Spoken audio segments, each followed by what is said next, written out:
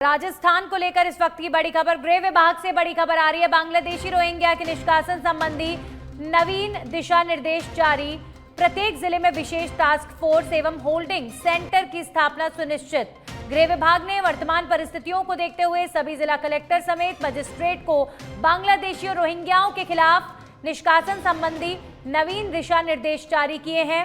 ACS home Anand Kumar ने बताया है कि गृह मंत्रालय भारत सरकार के पत्र में प्राप्त दिशा निर्देशों की अनुपालना में राज्य में अवैध रूप से रह रहे बांग्लादेशी और म्यांमार नागरिकों की पहचान, उनका निरुद्धीकरण और प्रत्यर्पण हेतु प्रभावी कार्रवाई करेगा। प्रत्येक जिले में विशेष टास्क फोर्स बनाई जाएगी और होल्डिंग सेंटर की स्थापना सुनिश्चित कराने के संबंध में दिशा निर्देश जारी किए गए हैं। यानी राजस्थान में रह रहे अवैध रूप से बांग्लादेशी रोहिंग्याओं को अब बेदखल कर दिया जाएगा। प्रदेश में अब अवैध रूप से रह रहे लोगों को बेदखल कर दिया जाएगा। तो जैसा कि भारत सरकार ने दिशा निर्देश जारी किए हैं, उसी को फॉलो राजस्थान का गृह विभाग भी कर रहा है और इन अवैध रूप से रह रहे बांग्लादेशी रोहिंग्याओं की पहचान की जाएगी और उसके बाद उन्हें राजस्थान से बाहर कर दिया जाएगा। ये देश और प्रदेश की सुरक्षा के लिए किया जा रहा है।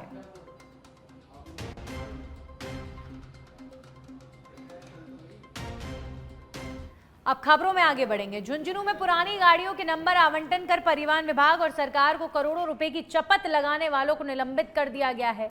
शुरुआत में परिवहन विभाग के अधिकारियों ने करीब 200 बैकलॉग के नंबरों की फाइलों को संदिग्ध माना। परिवहन विभाग जयपुर के आयुक्त ने आला अधिकारियों को निर्देश देकर आरटीओ सीकर, जोधपुर और उदयपुर समेत कई जगह की बैकलॉग के आवंटन के रजिस्टरों और फाइलों की जांच करवाई।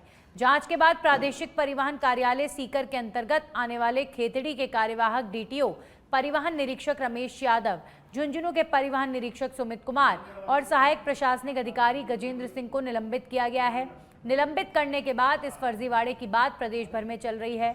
प्रदेश में कई प्रादेशिक परिवहन कार्यालयों में वाहनों के पुराने नंबरों के बैकलॉग की जांच की गई थी, लेकिन झुंझुनू और खेतड़ी डीटीओ कार्यालयों में ये गड़बड़ी पाई गई है।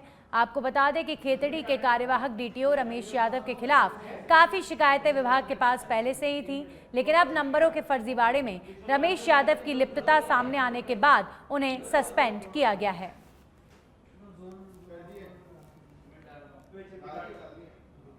हनुमानगढ़ में पॉक्सो न्यायालय के विशिष्ट न्यायाधीश ने नाबालिग के साथ दुष्कर्म करने के मामले में फैसला सुनाया है। दोषी युवक को 10 साल के कारावास की सजा से दंडित किया गया है। साथ ही 30,000 रुपए का जुर्माना भी लगाया गया।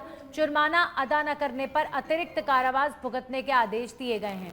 कोर्ट में मामले की सुनवाई के दौरान अभियोजन पक्ष ने 12 गवाह पेश किए और 24 दस्तावेज प्रदर्शित करवाए हैं।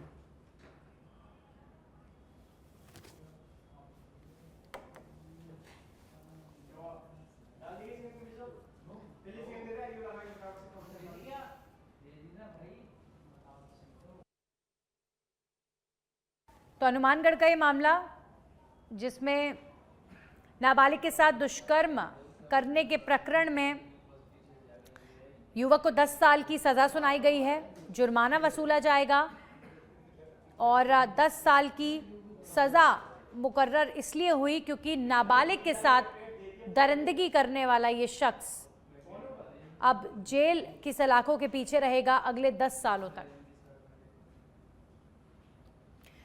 पॉक्सो एक्ट ऑलरेडी हमारे देश में बहुत ज़्यादा सख्त बनाया गया है और नाबालिगों के साथ बढ़ते दुराचार के मद्देनज़र ये बहुत ज़रूरी भी है कि ऐसे क्रिमिनल्स को जो बच्चों तक को नहीं छोड़ते, उन्हें सख्त से सख्त सज़ा मिले। अब खबरों में आगे बढ़ेंगे। अलवर सदर थाना पुलिस ने फ्लिपकार्ट कंपनी के डिलीवरी बॉय से 35,000 रुपए की घड़ी लूटने के मामले में त्वरित कार्रवाई करते हुए 3 बदमाशों और एक बाल अपचारी को निरुद्ध किया है। सदर थानाधिकारी रमेश सैनी ने बताया कि 7 मई को परिवादी अब्दुल वहीद ने थाने में रिपोर्ट दर्ज करवाई थी। रिपोर्ट के अनुसार आरोपी शुभम शर्मा ने शुभम नाम से एक फर्जी डिलीवरी बुक करवाई थी। आरोपी ने पहले शिवाजी पार्क पर डिलीवरी के लिए बुलाया, लेकिन वहां सही पता नहीं मिलने का बहाना बनाकर टेल्को चौराहा बुला लिया।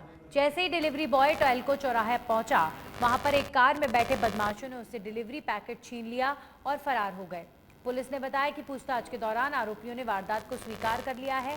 आरोपियों से लूटी गई घड़ी बरामद कर ली गई है और वाहन को जब्त किया गया है। पुलिस मामले की आगे की जांच कर रही है। मुकदमा दर्ज हुआ था डिलीवरी बॉय फ्लिपकार्ट का। उसने ये दर्ज कराया था कि साहब मैं एक पार्सल लेकर के शिवाजी पार्क का एड्रेस था, उस एड्रेस पे गया तो वो एड्रेस मैंने नहीं मिला। एड्रेस नहीं मिला तो कस्टमर से बात की। कस्टमर ने कहा कि आप कहाँ हो? तो मैंने कहा टेल्को के आसपास हूँ। तो उसने कहा मैं इधर ही आया हूँ, पार्सल यहीं ले लेता हूँ। तो टेल्को से इधर पुड़िया की तरफ उसको बुलाया और वो पार्सल ले करके और भाग गए वहां से। स्विफ्ट गाड़ी का उन्होंने यूज किया। टोटल उसमें 4 जने थे। पुलिस ने 3 को गिरफ्तार कर लिया है और घड़ी बरामद कर ली है।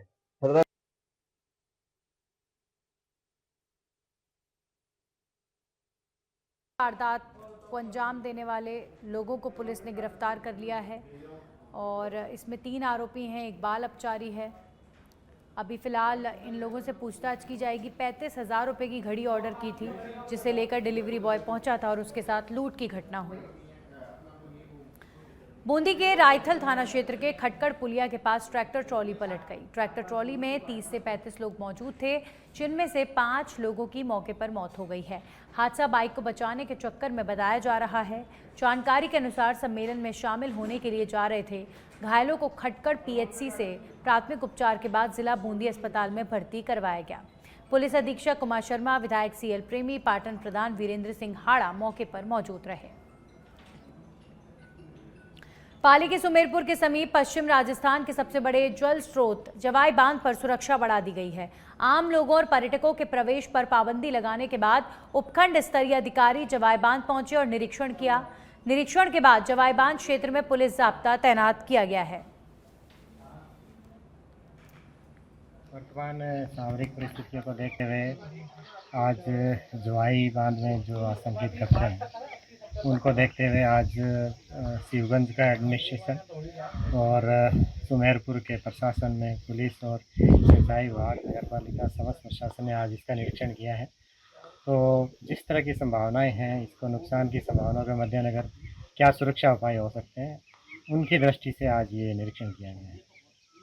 इसे लेकर आमजन को क्या मैसेज देंगे, संदेश?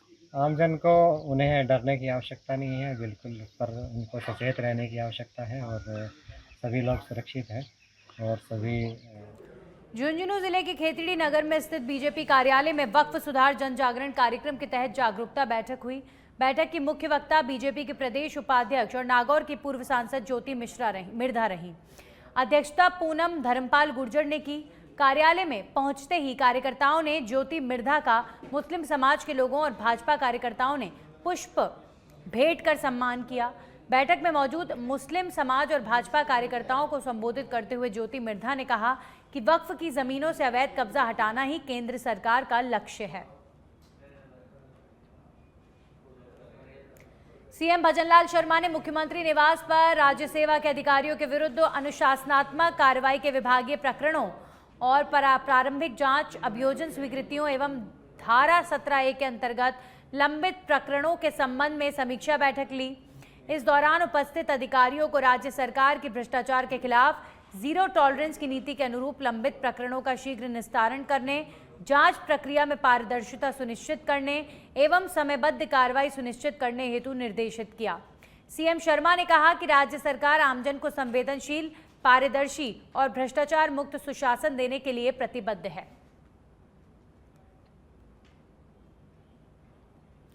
झुंझुनू जिले की खेतड़ी की पंचायत समिति परिसर में जनसुनवाई के दौरान ब्लॉक स्तरीय स्वास्थ्य शिविर का आयोजन किया गया। चिकित्सा विभाग की ओर से लगाए चिकित्सा शिविर में 83 मरीजों का स्वास्थ्य परीक्षण किया गया। इस दौरान शुगर और ब्लड प्रेशर की बीमारी से ग्रस्त पाए जाने पर उन्हें प्राथमिक उपचार दिया गया। कार्यक्रम का शुभारंभ मुख्य अतिथि एसडीएम मुकेश चौधरी ने फीता काटकर किया।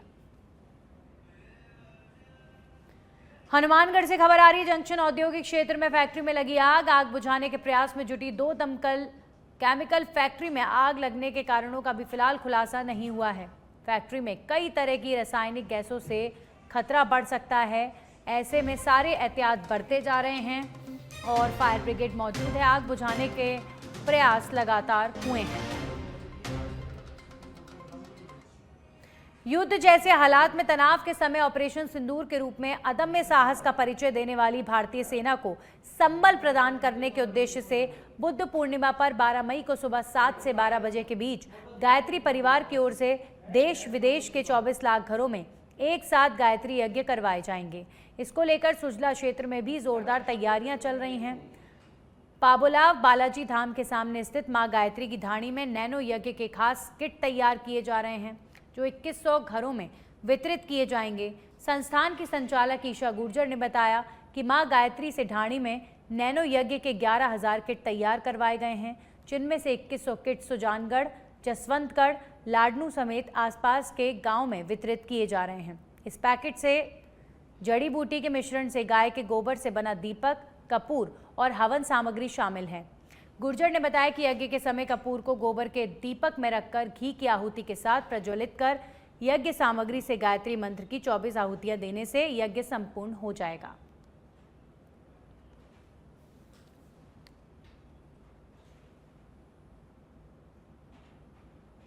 तो नैनो यज्ञ करने के इच्छुक संस्थाएं ये खास किट प्राप्त कर सकते हैं।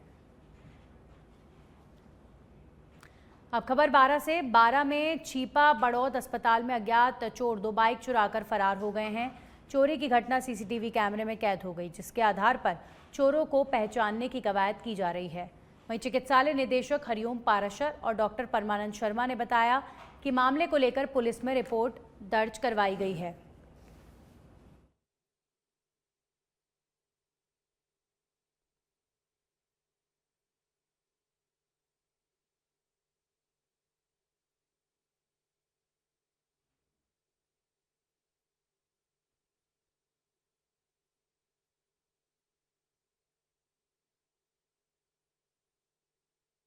हो गए।